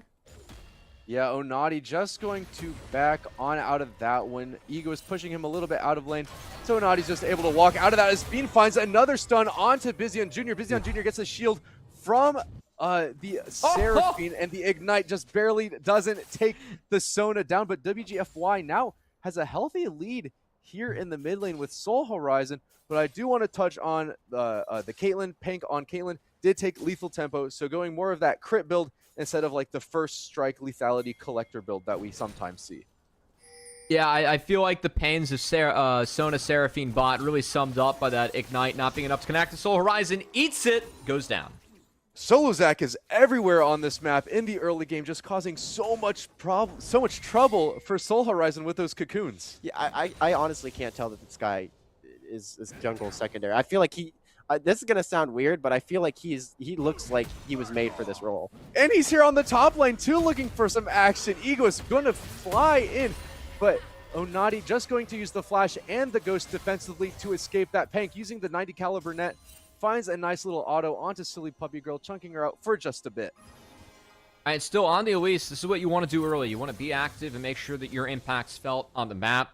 Your ultimate is shape-shifting, right? So having those extra basic abilities early, a lot more strength pre-6 as... You know, we're going to see Sona Seraphine get low a lot and heal back up. I feel like we'll see if Miami can break that, but while Beans doesn't have Ignite on her, it's going to be a little bit harder for Miami to get the kills down there. Yeah, I feel like I get so excited that it's looking like they're about to make the coolest play of all time. Hold on. We do see Nefiri in the blue side jungle, or in the blue buff area of Solozak's jungle. Might be just clearing away that romp for the time being, but maybe we'll see Jonah on that Nefiri, you know, if Ego extends a little bit, or we might see a tower dive. Yeah, Nefiri, another benefactor of the immunity for the dives, can definitely opt to do that, but hold on. Ego is getting pulled in by Onati, forced to run under tower. Jonah just wasting time in this bush, maybe playing this really patiently. Ego is under tower, and Jonah decides to reveal themselves now. Ego is leveling up to the 6, does have the all-out if needed to use it. Flashes out of the way of Jonah. Jonah forced to use the ability to go invulnerable to get out, and now Solozak is here. Solozak only level 4 at this point in the game. Onati level 6, and then Nefiri level 5, but Solozak is here trying to find a cocoon. Meanwhile, on the bot lane, Pank and Beans getting some nice damage into Silly Puppy Girl. On the top side of your screen, you see Onati getting real low. So Egos picks up the kill on to Onati, and now it's just Nefiri by herself. Nefiri trying to flash out. Avoids the Q3, but Solozak picking up the kill. He is a menace in this game so far. You know, I kind of didn't want Miami to bring Elise top for that play, because I felt that with Nefiri showing, they could have went for a dive bot for free to punish the Seraphine Sona, but Solozak makes the cross-country journey up towards the top side, is rewarded by participating in 2 kills, as him and Egoist now open up a very big lead for Miami. Yeah, and Solozak says far be damned this game. He has 19 CS, was level 4 off the back of that play, and it didn't really end up mattering. I mean, so Egoist, first of all, playing the dive, pretty pixel perfect, have to expend his flash to survive there, but totally made that play pretty much impossible. The level 6 timer coming at just the right time to dissuade any further action. Yeah, Jonah and Solozak going to find each other in the river, but WGFY is here, uses the shurikens, dives onto Jonah, using the the repel to get onto the Nefiri. It's another kill for the side of the Redhawks, but Egos and Onati are battling up here in the top lane. Onati does have the full stacks of Hemorrhage onto Egos.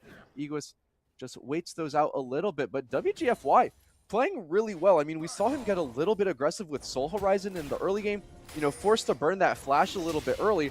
But ever since that Solozak gank in the early, I think that really struck some fear into Soul Horizon in this game. Yeah, I think WGFY seeing anyone but the Renekton maybe is going to feel more inclined to be maybe a little bit more aggressive. The laning phase is obviously scary, but hold on. And WGFY just picks up another one onto Soul Horizon. And don't look at the smite. Don't look at the smite. Nobody saw that. It definitely didn't live on 1 HP. The dragon taunting the Redhawks. And we find a return kill from Jonah onto WGFY as Beans gets a nice death charge, or excuse me, a dredge line onto Silly Puppy Girl. Silly Puppy Girl has so much move speed, is able to just back on out of that. Beans looking for more. The Q should be up here soon as we do see Soul Horizon walking back to lane, but Jonah has invaded Solozak's jungle once again, and Jonah just gonna smite the blue buff and get out of there. Oh, yeah, it was the Empower Spite for Nefiri. Both Miami solo laners now have found solo kills as Egoist joins WGFY in the mid lane. Gets the kill up top. We'll see if Jonah can answer.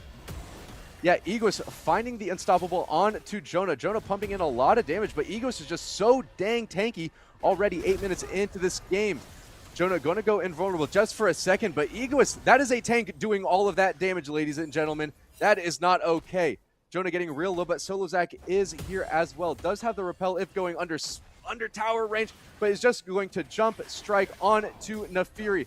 But Solozak is alone against Onati. No. Flashes after the hemorrhage stacks were there.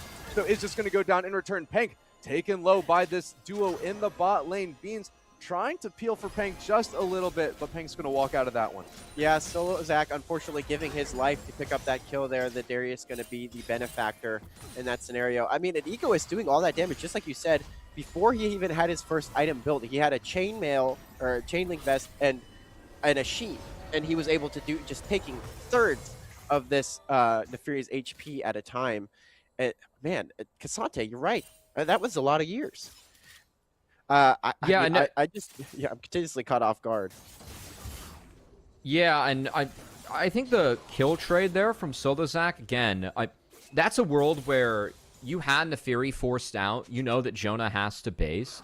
Instead of taking the kill or maybe risking the 1-for-1, hitting the grubs could be really big for Miami in that scenario. So that might be one, looking back as a team, obviously, Solozak, 80 carry main, jungle secondary did swap for the game today, with Pank stepping in as they're making their debut in the bot lane. But that's one again for Miami. I love the fact that the goal of Elite is to get active early. Solozak doing a great job of that, but that one might have wanted to secure the neutral instead.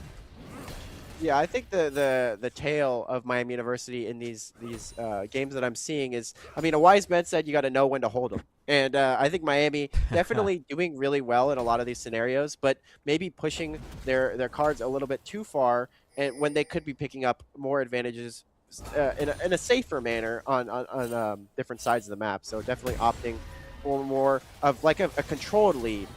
Solozak is here in the bot lane, gets the flash out of the Sona, but Beans finding a nice death charge onto Silly Puppy Girl, is able to walk out of that one, but Solozak looks to be wrapping around, wants more, getting a little bit overzealous as Jonah is here as well, but Solozak will just go down for nothing, as we do see in the top side, Egoist and Onati fighting once again. That is an Iceborne Gauntlet doing so much damage, but Pank in a bad spot after good flash. Jonah jumps in just a little bit. Beans trying to do whatever she can to peel for Pank. Beans will sacrifice herself so her 80 carry can get out. Guys, I don't think they heard me. With they definitely didn't know when to fold them in that scenario. Miami a bit overzealous on the chase there, and the double enchanter bot lane able to work in conjunction with the Nefiri to punish, and that is Solozak falling very early. WGFY getting engaged upon by Soul Horizon, popping the Dominus, but really just kind of wasting that ultimate ability. Yeah, so this matchup for Renekton, I think that you need to open with a Hex Drinker going into a Kali. To have some defense would be really nice against Elise. Soul Horizon falling behind and not doing that. WGF going to continue to punish as that Gunblade now done. Meanwhile, bot side, we did see the Seraphine Sona. They are down in CS, but you're starting to see the strength of this pairing if they aren't set too far behind early. The heals that each are able to complement each other with, it gets really hard to move them out of the lane. The Pank is sprinting towards that Infinity Edge to open with from the looks of things, but there's no heal cut available quite yet. Curious when Miami decides to bring some heal cut into that bot lane, because Sona Seraphine have enough levels now where heal cut's necessary. Yeah, Bizion Jr. getting chunked to about half health here in the bot lane, but you know, Solozak seems to be getting really aggressive. Pank getting stunned, or rooted rather, by the ability from the Seraphine, but Solozak seems to be a little hungry for kills in this game. You know, two kind of mistakes, not having vision and losing his life for both of those, but they do pick up grubs. As Egoist with the Iceborne Gauntlet, this champion and this item is not okay. That's just going to be another solo kill for Egoist in the top lane. Yeah, Ego is saying the champ is irrelevant. WGFY is here as well. Beans finding a nice dredge line onto Bizion Jr. They will get the kill, but WGFY forced to dash right on out of things. Has to use the Shuriken defensively, but Pank taken down to about half health. WGFY re-engaging, trying to find some new Beans. Depth charge hits a minion, or the dredge line hits a minion, so it doesn't get the re-engage onto Jonah and Silly Puppy Girl, and the members of the Redhawks just forced to base after kind of a botched re-engage. Lack of heal cut, you're seeing the 2v3, Ohio able to stand tall and defend as the health bar is a lot bigger than what they look like when you have Seraphine and Sona healing each other. Yeah, and that is, we saw just the longer the trade, the more problematic. Yeah, Egoist going all out, just has the ability to be so oppressive in this lane. As soon as Onati gets back, Egoist just sends him right back. Another solo kill for the Redhawks top laner. Meanwhile, Solozak caught out in a bad position, trying to do this Drake. The Nefiri of the Bobcat secures it as they are 4 members strong. WGFY is just trying to hide in the mist, but does get the sweet escape. Perhaps Beans is here trying to slow the members of the Bobcats. Fruits of Jonah, but they want more. Soul Horizon popping the Dominus, trying to chase forward. Beans getting stunned up as WGFY goes over the wall, but Beans gets under tower as WGFY re-engages. There are 4 members of the Bobcats so deep in this jungle, and Pink's just pushing up that bot wave.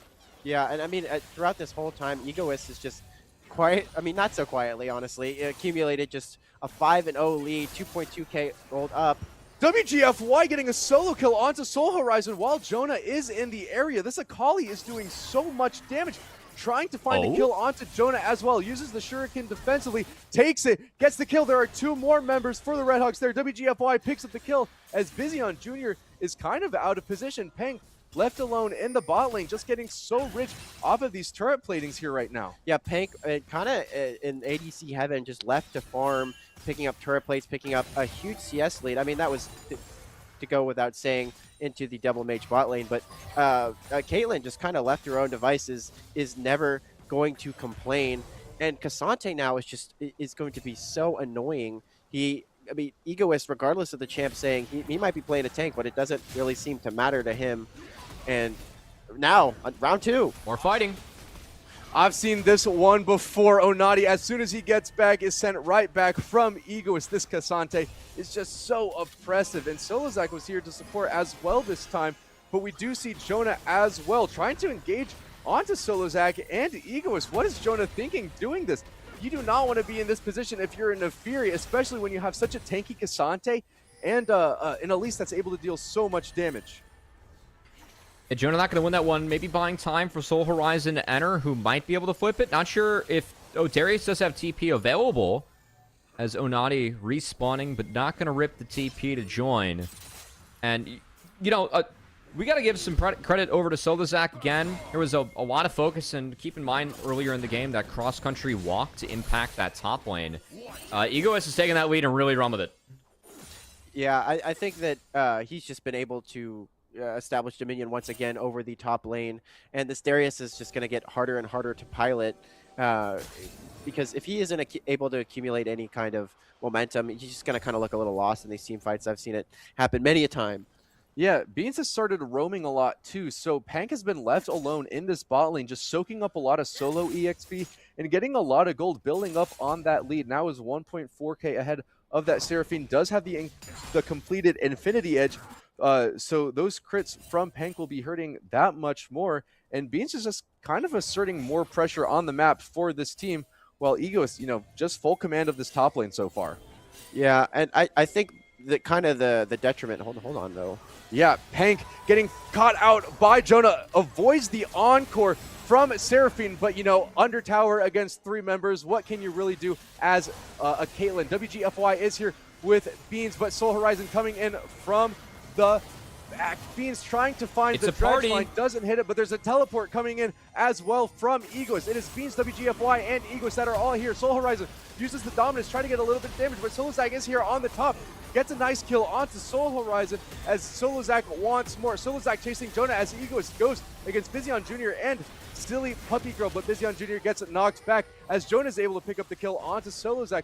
WGFY does have that empowered auto, not anymore. Egoist now chasing Jonah, flashes for it. I think that was a flash, but picks up the kill onto Nefiri. A double kill for a tank champion? That's 2 for the Red Hawks. Silly Puppy Girl acting a little bit silly on the tail end of that play. Popping some emotes once again. But, I mean, what you said, what can you do as a Caitlyn getting dived by 3 members? Buy a little time, it seems. Wait for your team to be able to rotate and follow up on the overextension, it looked like, of OU, the 4 members down there. Miami looking for more.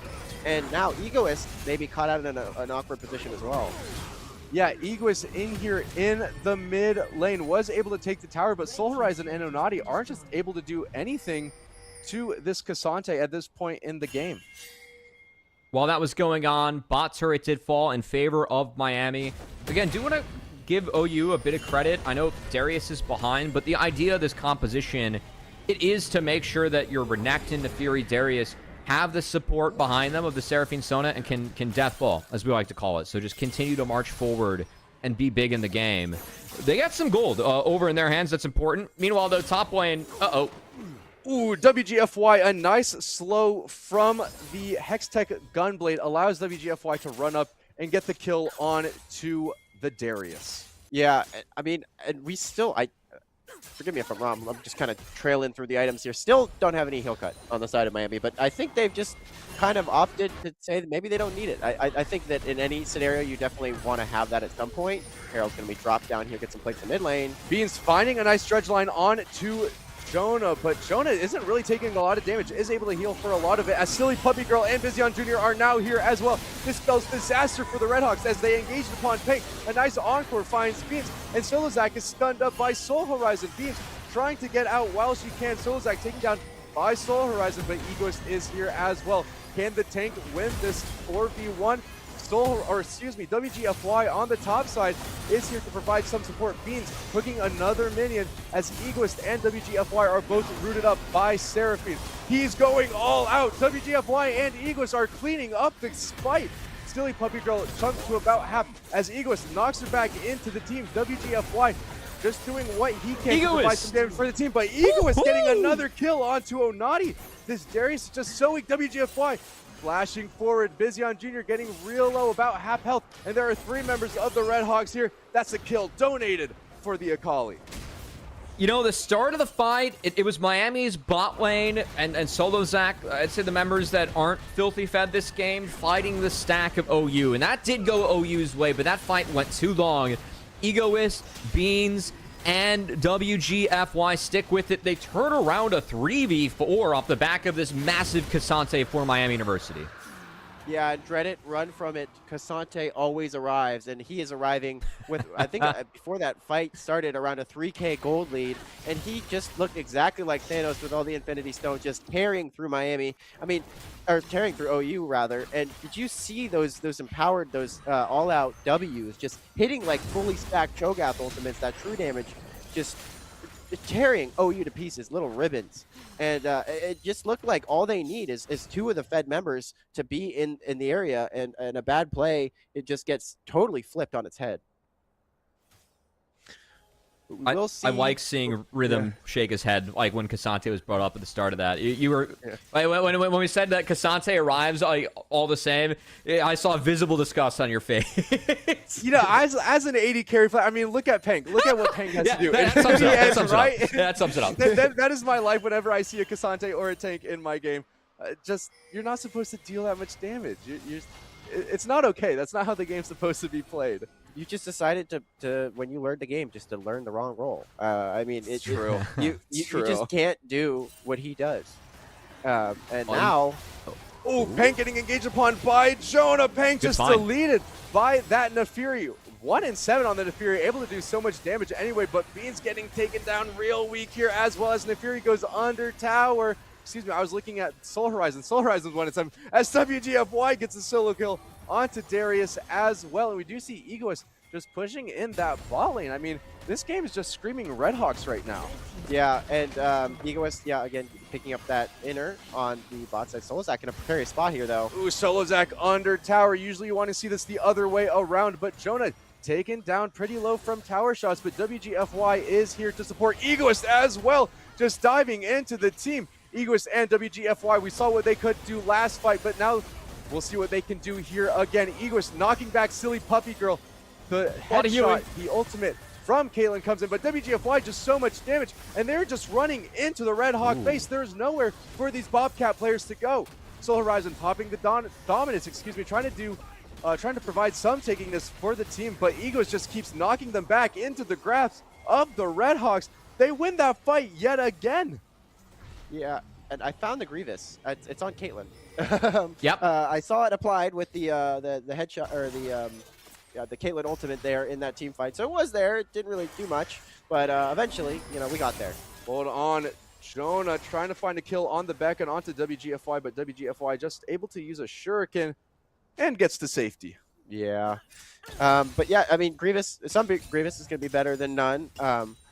I think Caitlyn obviously going to build into that path anyway, but Cubby, do you think that that's the best applicator on Miami's team? Honestly, I'd probably spend the 800 gold on Elise to make sure the W's apply. Because, like, Bramblevest, even on Beans, Seraphine, Sona don't exactly have to auto-attack Nautilus to supply it. That said, Baron's at half. And I think OU's snuffing it out. Yeah, the Redhawks taking this Baron to about 7k HP as the members of the Bobcats see it, but WGFY on the bottom of your screen. A nice encore finds 3 members of the Redhawks, buying some time for the Bobcats, but WGFY with a nice angle just deletes 2 members. You do see WGFY getting a 3rd kill. Beans picking up 1 as well, but the Bobcats, this is just disastrous for them. The Redhawks are cleaning up every phase of this game. Pank getting 1 for themselves. Pank getting 2, and the Baron on the back end as well. We talked about in draft seeing the Akali and the Nautilus sync up. That was beautiful from Miami. The depth charge connects on Seraphine. And yes, the Encore came out and was big, but WGFY shut things down in the backline as the Akali and the Nautilus found the Seraphine. And Miami's gold lead, not enough to get the worm on their side, but is enough to continue to grow. Yeah, and we did see Renekton kind of show up towards the end there, but really wasn't able to find kind of an identity in that fight. Too little, too late, and then was just kind of hooked off the back of it and taken down. And that is Baron for the Redhawks. WGFY, 25 stacks on the Magi's Soul Stealer. WGFY really showing his ego in this game. Feels really confident so far. Yeah, no spark notes needed for the Magi's. We're here to read all 25 pages and maybe put them to work. As he's opting into the 1v3. WGFY slinking in the shadows, gets Jonah real low, but Beans is here to support. There are 5 members of the Bobcats here. You gotta run, Akali. You gotta get out of here. We do see Solozak and Pank here at different points of the river as well, but I don't think the Redhawks really have an angle to engage. They want this dragon. Egoist teleporting in on the top side of your screen. We do see a nice encore, catching pretty much everybody in the fight. Pank's on the back end, near the tank where she wants to be. Onati picking up a kill onto Beans. Just doesn't have all the resistance that she needs just yet. Pank able to free fire as Egoist is able to take down the Seraphine. Pank on the top side gets killed by Onati with the ultimate there, but WGFY is just traveling all over the world in this fight. picking up kills left and right. The double assassins for the Redhawks are really cleaning house right now. Yeah, I saw Casante probably take about 45 damage on auto in that fight. He TP'd into 5 members, and it really, it definitely, oh, another 1 HP smite. Red Hawk Classic at this point. Don't look, don't look. Don't look. Yeah, the Casante at this point is just, I mean, it's not fair.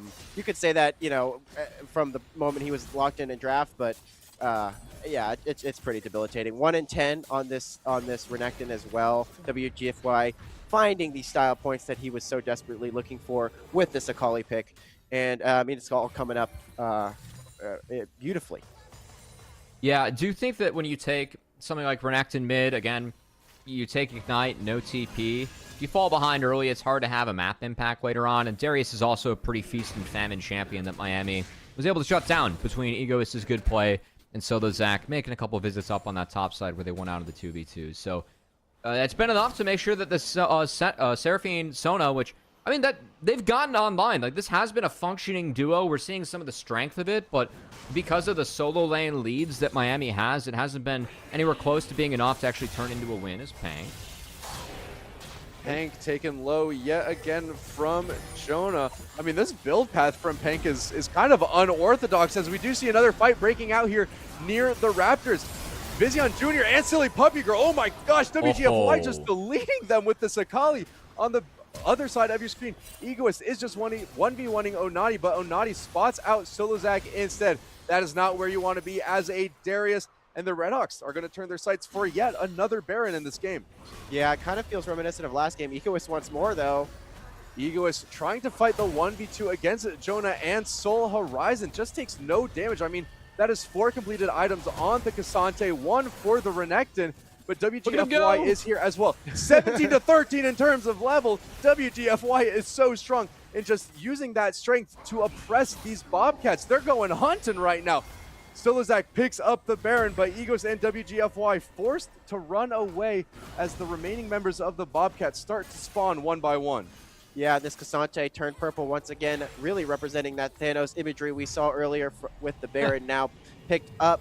And man, I mean, I agree with your point, but kind of going back to the Renekton, you mentioned that you'd like to see a Hex Drinker, and I totally agree. I think that would have really helped out with some of the trades in the laning phase. But the other thing is, I feel like they're kind of double dipping with the 2 Eclipses here. Like, you have that assassin damage we've seen, even with the kind of the early deficit that this Nefiri had, still the amount of burst damage. So when you build something like that on the Renekton so early on, it kind of feels almost like a redundancy. WGFY now just dancing around them. And yeah, because of that decision making, this Renekton just kind of feels homeless in this game. Gonna be locked up by the trap there. Definitely built for the end, and then the lane didn't go his way, right? So it's helped feed into the fact that it's been a rough one for Soul Horizon. Is Beans? Beans finds a nice dredge line onto Silly Puppy Girl, taken real low, but WGFY on the bottom of your screen takes all the members down to a quarter. Pank flashing forward. Silazak picking up a double kill. Silly Puppy Girl just going down. Man, these Redhawks are on fire tonight. Yeah, it's nasty. They're just cleaning up these team fights at this point again, just smacking them around with their wallets. And Kaylin at this point is just going to be able to munch through these towers. Hold on. Darius, again, just kind of walking over, like, where'd my team go? Hitting Nefiri back to try and dissuade some more pushes here. But, again, Casante just in a side lane. Yeah, Beans finding a nice hook onto Onati with the Cocoon follow-up, and that's going to be the end of the Darius's life, as we do see Casante Egoist pushing up that top lane. They want all 3 inhibitors in this game. They are being so oppressive. They are smothering the team with their gold. Jonah gets hooked by Beans, but Egoist is going all out in front of Vizion Jr. And oh my gosh, a support should not be deleted by a top laner like that. This is just going to spell the end of the Bobcats. The Redhawks are going to win this series 2-0. They're roaring back. You mentioned their schedule. It was really tough for them to find the momentum, the ground, in order to get the morale back. But this is the game to do it. A classic rivalry matchup here, and just a dominant showing from the Redhawks. I mean, across the board, they had fun with it. I mean, but the early game, the execution, it looked good. I would like to see, you know, a bit more of a measured approach at times. I think, Cubby, you mentioned this. They're sometimes they get a little lost in the sauce, but I think in general, super encouraging from what we saw there. I mean, whenever you come into the day, you got people off-rolled or sub-stepping in. It's always nice to see some of those players step up. So, big win for Miami. And, I mean, maybe trying to shout out the basketball team there, dropping 48 kills here in that one. Closer to a basketball score than a league score with what I'm looking at. I think Miami might benefit from slowing things down a wee bit with some of the games, but can't argue with some of the individual skill we saw being put forward. Especially shout out, I think, not just to the role swaps, but also the solo laners, who I think had a big factor in both games as they got the best of their opponents and helped Miami find the 2-0. Yeah, Ego is just, playing top lane really well. I mean, he's just one of these pillar players of this team. I mean, week to week, he's just very consistent, doesn't really get behind. Even if he does, finds a way to make himself useful. So, I mean, Devin, I got to ask, player of the series, who are you putting forward? I mean, you had a primal rage emerge from within you because of the Cassante performance. And I think that takes a special kind of player. Like Cassante is, a nasty champion, nasty champion. But you need to still pilot it somewhat effectively in order to warrant that type of anger from an ADC main. And I think, it goes without saying that Egoist has just looked fantastic this series. Kind of like you said, just the backbone on that Mordekaiser, looking very polished as well, using those death realms effectively. And man, it just kind of terrorized the Rift throughout tonight. Yeah, Cubby, who's your pick? I think I'm gonna have to go Egoist too. It's been, I mean, yeah, can't really argue with what I saw both games up top. Shout out to all Miami though. Again, I think team effort. Whenever you have changes, running a team that you aren't used to running, if you're able to step up and win like that, definitely something that can hopefully build some momentum as they get through the rest of the regular season here in ESCA. Yeah, I think I have to agree. Egoist getting my vote for MVP as well. But this isn't the end of the regular season for the ESC just yet. No, it is not. We still have, I believe, one more game to play on Monday next week at 8 p.m. Eastern. That'll be against a nice Kent State team that has notable players like Aliplane and not Aliplane. Who am I thinking of? They have Strikecoon, and they have a jungle who was challenger last year as support. Okay, we are being told. I lied. Yeah, by production. So forget all that. I mean, we their spring break, Kent State, is actually going to be probably going to result in a reschedule of that match. So stay tuned, Redhawks GG, in order to get any of the updates for that series. You're definitely going to want to tune in after the fireworks that the Redhawks just put on display tonight. Yeah, and of course, Cubby, we really appreciate you joining us here tonight. Thank you for being here with us, and tell the people what you're working on, what you got going on in your life. Always a pleasure, guys. It was fun to join you guys again this year and fun to see a Miami win. I'm pretty quiet right now. I'm hopefully going to be a part of NACL for the upcoming split, and then working on a project behind the scenes that I can hopefully talk about soon. But you'll be seeing more of me around LCS days if that works out. So it'd be fun to get off the ground. But besides that, given the fact that I've got some extra time, it was fun to spend it with you guys to see a Miami win. We're always honored to have you here on the show, and you bring so much insight, so much veteran experience. So that is definitely welcome, especially when we kind of stumble with the Lottle a little bit. Oh yes, thank you for helping us with the Lottle, Cubby. Yeah, we needed it. We definitely needed. We battled 100. We literally we saw Voldabear was wrong once, and we battled 100 from there on out. That's not going to happen again. That was pretty impressive team effort there. It was a good day for us. But like Devin mentioned, follow us at RedHawksGG on all platforms, Instagram, Twitter, whatever you use. Follow Cubby on Twitter. Cubby, where can we find you? CubbyXX. Follow CubbyXX on Twitter. That's it. You heard it. That's it. And just stay up to date with all things Cubby, all things Miami League of Legends. I've been Isaac the Arredondo. I've been Devin TheDoc O'Connor. Matt Cubby Samuelson. And this has been our League of Legends broadcast tonight. We appreciate you all being here tonight, and we'll see you in the next one.